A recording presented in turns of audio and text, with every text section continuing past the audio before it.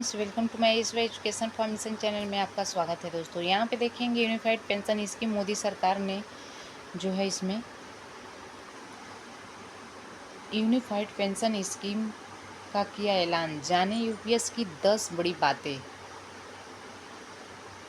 केंद्र सरकार के कर्मचारी के लिए बड़ी योजना का ऐलान किया है और शनिवार की मोदी मंत्रिमंडल ने केंद्र सरकारी कर्मचारियों के लिए यूनिफाइड पेंशन स्कीम शुरू की, इसकी घोषणा की। आइए जानते हैं 10 योजनाएं, इसकी बड़ी बातें क्या है। प्रधानमंत्री नरेंद्र मोदी की अध्यक्षता में केंद्रीय मंत्रिमंडल ने शनिवार के एकीकृत पेंशन योजना यूनिफाइड पेंशन स्कीम को जो है दे दी है मंजूरी। इस स्कीम का उद्देश्य सरकारी कर्मचारियों के लिए सुनिश्चित पेंशन, सुनिश्चित पारिवारिक पेंशन और सुनिश्चित न्यूनतम पेंशन प्रदान करना है। लोकसभा चुनाव बाद सरकारी कर्मचारियों के लिए घोषित योजना में केंद्र सरकार की यह योजना बहुत ही बड़ी मानी जा रही है। इसके ये 5 स्तंभ है और इस योजना के जो है माध्यम से केंद्र सरकार केंद्रीय कर्मचारियों के लिए केवल लुभाने की कोशिश की है, बल्कि केंद्र सरकारी कर्मचारियों की जो है लंबे समय से चली आ रही मांगें पूरी की। अब देखिए, आइए जानते हैं कि केंद्र सरकार की ओर से घोषित यूनिफाइड पेंशन स्कीम की 10 बड़ी बातें क्या हैं, जिन्हें केंद्रीय मंत्री अश्विनी वैष्णव ने कैबिनेट की बैठक के बाद ऐलान किया। पहले नंबर पर केंद्र सरकार की बैठक में मंजूरी की गई यूनिफाइड पेंशन स्कीम 1 अप्रैल 2025 से प्रभावी होगी।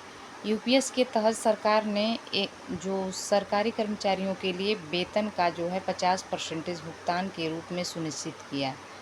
बता दें, दूसरे नंबर पे योजना के अनुसार जो है सरकारी कर्मचारी 25 साल की जो है न्यूनतम योग्यता सेवा के लिए जो है सेवानिवृत्ति से पहले पिछले 12 महीने में ली गई औसत मूल वेतन का 50% पेंशन के रूप में पाने के पात्र होंगे। यूपीएस योजना के तहत सुनिश्चित पारिवारिक पेंशन के लिए कर्मचारी की पेंशन का जो है 60% उनके जो है निधन से तुरंत पहले निकाला जा सकता है।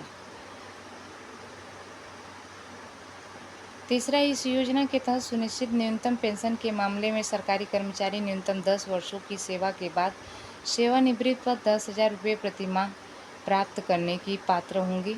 एकीकृत पेंशन योजना की शुरुआत नई पेंशन योजना एनपीएस में बदलाव के लिए जो है सरकारी कर्मचारियों की व्यापक मांगों के मद्देनजर की गया है। चौथा, एनपीएस जिसमें 2000 के दशकों की शुरुआत में लागू किया गया था कि गारंटीकृत पेंशन राशि प्रदान नहीं करने के लिए आलोचना की गई थी कि इससे कि कई कर्मचारी सेवानिवृत्ति के बाद अपनी जो है वित्तीय सुरक्षा के बारे में अनिश्चित हो गए थे।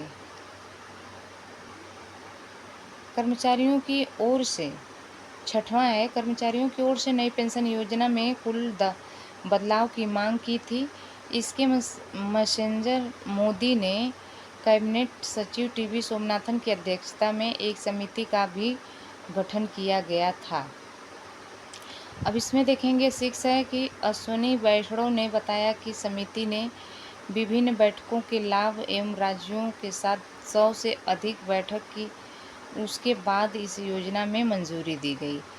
7वां है कि वैष्णव ने बताया कि यूपीएस 5 प्रमुख स्तंभों पर बनाया गया है।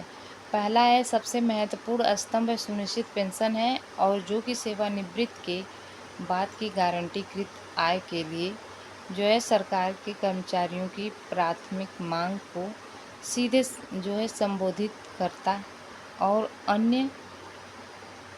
8वां, नई योजना के तहत सेवानिवृत्त लोगों को सेवानिवृत्ति से पहले सेवा के अंतिम 12 महीने से उनके औसत मूल वेतन का 50% पेंशन मिलेगी और यह लाभ उन लोगों के लिए बनाया गया है जिन्होंने न्यूनतम 25 वर्ष की सेवा पूरी कर ली है और 25 वर्ष से कम लेकिन 10 वर्ष से अधिक की सेवा वाले कर्मचारियों के लिए पेंशन सेवा की लंबाई के जो है अनुपात से होगी।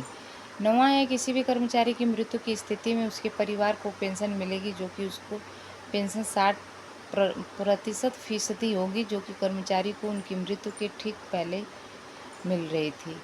और यह प्रावधान कर्मचारी के आश्रितों के लिए वित्तीय सुरक्षा सुनिश्चित करता है। यह योजना प्रति माह 10,000 रुपये की न्यूनतम पेंशन की गारंटी भी देती है, बशर्ते कर्मचारी ने कम से कम 10 वर्ष तक जो सेवा की हो। और यह उपाय कम वेतनमान वाले कर्मचारियों के लिए विशेष रूप से महत्वपूर्ण है, जो कि उन्हें सेवानिवृत्ति के बाद मुद्रास्फीति और वित्तीय अनिश्चितता में है। तो दोस्तों, इस तरह से लगातार चैनल बने रहने के लिए thanks for watching. God bless you.